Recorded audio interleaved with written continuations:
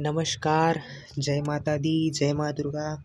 आज हम फिर से उपस्थित है एक और अध्याय लेकर के, द्वादशो अध्यायः। हमने इससे पहले एकादश अध्याय का पाठ किया, जिसमें माँ भगवती की स्तुति सभी देवताओं ने मिलकर करी, क्योंकि माँ भगवती ने शुंभ, निशुंभ, रक्त बीज, चंड मुंड आदि अनेक दैत्यों, धूम्रलोचन वगैरह वगैरह जितने भी दैत्य थे, उन सभी का विनाश करके धरती को एवं देवताओं को उनके बाधाओं से मुक्त कराया। इसलिए देवताओं ने प्रसन्न होकर माँ भगवती को प्रसन्न करने के लिए स्तुति वंदना की। तो वो एकादश अध्याय हमने श्रवण किया। अगर आपने नहीं पढ़ा तो आप नहीं सुना, सॉरी, तो आप जाकर के देख लीजिए उसको, वो भी है। और हम आगे बढ़ते हैं समय व्यर्थ ना करते हुए द्वादशो अध्याय पे। तो द्वादश अध्याय इस प्रकार है। देवी चरित्रों के पाठ का महात्म्य। इसमें देवी चरित्र के महात्म्य का पाठ का महात्म्य बताया गया है कि क्या महात्म्य है। तो इसका ध्यान इस प्रकार है। इस ध्यान को आज हम सुर में पढ़ेंगे, क्योंकि ये लास्ट ध्यान है। इसके बाद कोई ध्यान भगवती का तो नहीं है, मतलब एक 13वें अध्याय में है, परंतु जो ये वाला ध्यान है बहुत अद्भुत है और बहुत मेरा प्रिय ध्यान है। इसको मैं जब भी दैनिक अपनी पूजा करता हूँ तो एक ना एक बार अवश्य इसका पाठ और स्तवन माँ भगवती के लिए करता हूँ। तो इसका हम बिल्कुल स्वर में पढ़ेंगे और आप इसमें ऐसी अनुभूति करिएगा, ऐसे ही करिएगा कि आप भगवती से प्रार्थना कर रहे हैं। तो ध्यान इस प्रकार है। ओम विद्युद्दाम समप्रभां मृगपतिस्कन्धस्थितां भीषणां कन्याभिः करवालखेटविलसत् धस्ताभिरासेवितां हस्तैश्चक्रगदाशिखेटविशिखांश्चापं गुणं तर्जनीं बिभ्राणामनलात्मिकां शशिधरां दुर्गां त्रिनेत्रां भजे। तो इसका हम फटाफट से हिंदी अनुवाद भी देख लेते हैं ताकि आप भूलो नहीं। मैं 3 नेत्रों वाली दुर्गा देवी का ध्यान करता हूँ। उनके श्री अंगों की प्रभा बिजली के समान है। वे सिंह के कंधे पर बैठी हुई भयंकर प्रतीत होती है। हाथों में तलवार और ढाल लिए अनेक कन्याएं उनकी सेवा में खड़ी है। वे अपने हाथों में चक्र, गदा, तलवार, ढाल, बाण, धनुष, पाश और तर्जनी मुद्रा धारण किए हुए है। उनका स्वरूप अग्निमय है तथा वे माथे पर चंद्रमा का मुकुट धारण करती है। तो इस प्रकार इसका ध्यान का हिंदी अनुवाद था। तो हम आगे बढ़ते हैं। देवी बोली, देवताओं, मैं एकाग्रचित्त होकर प्रतिदिन इन स्तुतियों से मेरा स्तवन करेगा, उसकी सारी बाधा मैं निश्चय ही दूर करूँगी। देखिए इसमें भगवती महात्म्य बता रही है दुर्गा सप्तशती का। इसको अवश्य ध्यान से सुने। आपने भले 1 से 11 अध्याय नहीं पढ़े हो, नहीं सुने हो, लेकिन आप इस अध्याय को अवश्य पढ़े, जिसमें माँ भगवती स्वयं बता रही है कि उनके पाठों का क्या महत्व है। तो इसमें माँ भगवती स्वयं बोलती है देवताओं को कि जो एकाग्रचित्त होकर प्रतिदिन इन स्तुतियों से मेरा स्तवन करेगा, उसकी सारी बाधा मैं निश्चय ही दूर कर दूंगी। जो मधुकैटभ का नाश, महिषासुर का वध तथा शुंभ निशुंभ के संहार के प्रसंग का पाठ करेंगे तथा अष्टमी, चतुर्दशी और नवमी को जो भी एकाग्रचित्त होकर भक्तिपूर्वक मेरे उत्तम महात्म्य का श्रवण करेंगे, उन्हें कोई पाप नहीं छू सकेगा। उन पर पाप जनित आपत्तियां भी नहीं आएगी। उनके घर में कभी दरिद्रता नहीं होगी तथा उनको कभी प्रेमी जनों के विछोह का कष्ट भी नहीं भोगना पड़ेगा।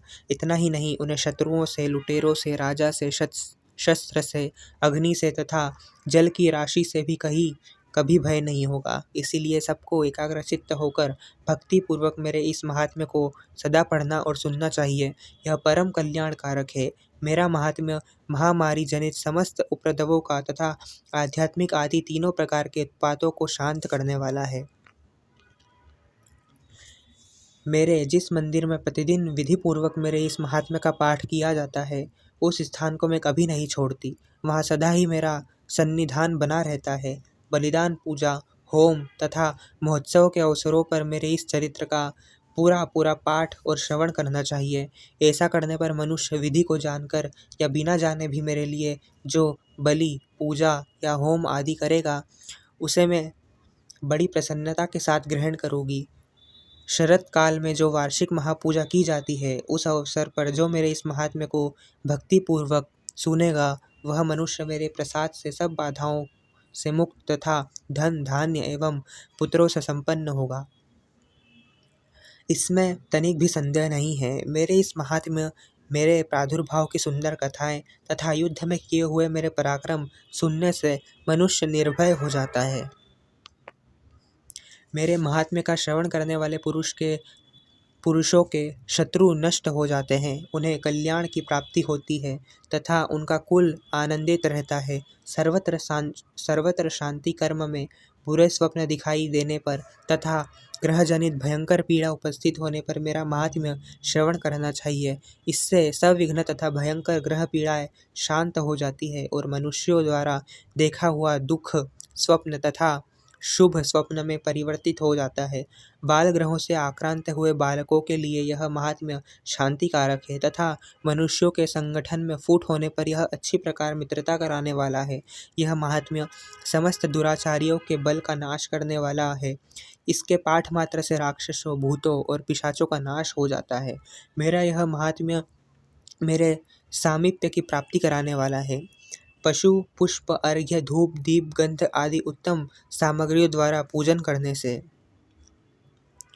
ब्राह्मणों को भोजन कराने से, होम करने से, प्रतिदिन अभिषेक करने से, नाना प्रकार के अन्य भोगों का अर्पण करने से तथा दान देने आदि से 1 वर्ष तक जो मेरी आराधना की जाती है और उससे मुझे जितनी प्रसन्नता होती है, उतनी प्रसन्नता मेरे इस उत्तम चरित्र का पाठ एक बार श्रवण करने मात्र से हो जाती है। देखिए, इसमें भगवती स्वयं बता रही है कि दान, दक्षिणा आदि जितनी भी चीज़ें हैं, वो माँ भगवती की आप कितनी ही कर लो, लेकिन एक पाठ आप इससे कर लोगे तो माँ भगवती अवश्य ही प्रसन्न हो जाएगी।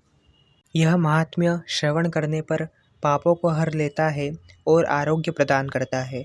मेरे प्रादुर्भाव का कीर्तन समस्त भूतों से रक्षा करता है तथा मेरा युद्ध विषयक चरित्र दुष्ट दैत्यों का संहार करने वाला है। इसके श्रवण करने पर मनुष्यों को शत्रु का भय नहीं रहता। देवताओं, तुमने और ब्रह्म ऋषियों ने जो मेरी स्तुतियाँ की है तथा ब्रह्मा जी ने जो स्तुतियाँ की है, वे सभी कल्याणमयी बुद्धि प्रदान करती है। वन में, सुने मार्ग में अथवा दानव दल से घिर जाने पर, निर्जन स्थान में लुटेरों के दाव में पड़ जाने पर या शत्रुओं से पकड़े जाने पर अथवा जंगल में सिंह, व्याघ्र या जंगली हाथियों के पीछा करने पर, कुपित राजा के आदेश से वध या बंधन के स्थान में ले जाए जाने पर, अथवा महासागर में नाव पर बैठने के बाद भारी तूफान से नाव के डगमग होने पर और अत्यंत भयंकर युद्ध में शस्त्रों का प्रहार होने पर अथवा वेदना से पीड़ित होने पर, किम बहुना सभी भयानक बाधाओं के उपस्थित होने पर जो मेरे इस चरित्र का स्मरण करता है, वह मनुष्य संकट से मुक्त हो जाता है। मेरे प्रभाव से सिंह आदि हिंसक जंतु नष्ट हो जाते हैं तथा लुटेरे और शत्रु भी मेरे चरित्र का स्मरण करने वाले पुरुष से दूर भागते हैं। तो इतना बड़ा माँ भगवती का महात्म्य पढ़ने का फल है, तो अवश्य हर सभी को ये महात्म्य श्रवण करना चाहिए और पठन करना चाहिए। श्रवण का महत्व बताया गया है तो इसमें, और पठन का भी बताया गया है। माँ भगवती स्वयं बता रही है। ऋषि कहते हैं, यो कहकर प्रचंड पराक्रम वाली भगवती चंडिका सब देवताओं के देखते देखते वहीं अंतर्ध्यान हो गई। फिर समस्त देवता भी शत्रुओं के मारे जाने से निर्भय हो पहले की भांति यज्ञ भाग का उपभोग करते हुए अपने अपने अधिकार का पालन करने लगे। संसार का विध्वंस करने वाले महाभयंकर अतुल पराक्रमी देव शत्रु शुंभ तथा महाबली निशुंभ के युद्ध में देवी द्वारा मारे जाने पर शेष दैत्य पाताल लोक में चले आए। राजन, इस प्रकार भगवती अंबिका देवी नित्य होती हुई भी पुनः पुनः प्रकट होकर जगत की रक्षा करती है। वे ही इस विश्व को मोहित करती है, वे ही इस जगत को जन्म देती है तथा वे ही प्रार्थना करने पर संतुष्ट हो विज्ञान एवं समृद्धि प्रदान करती है।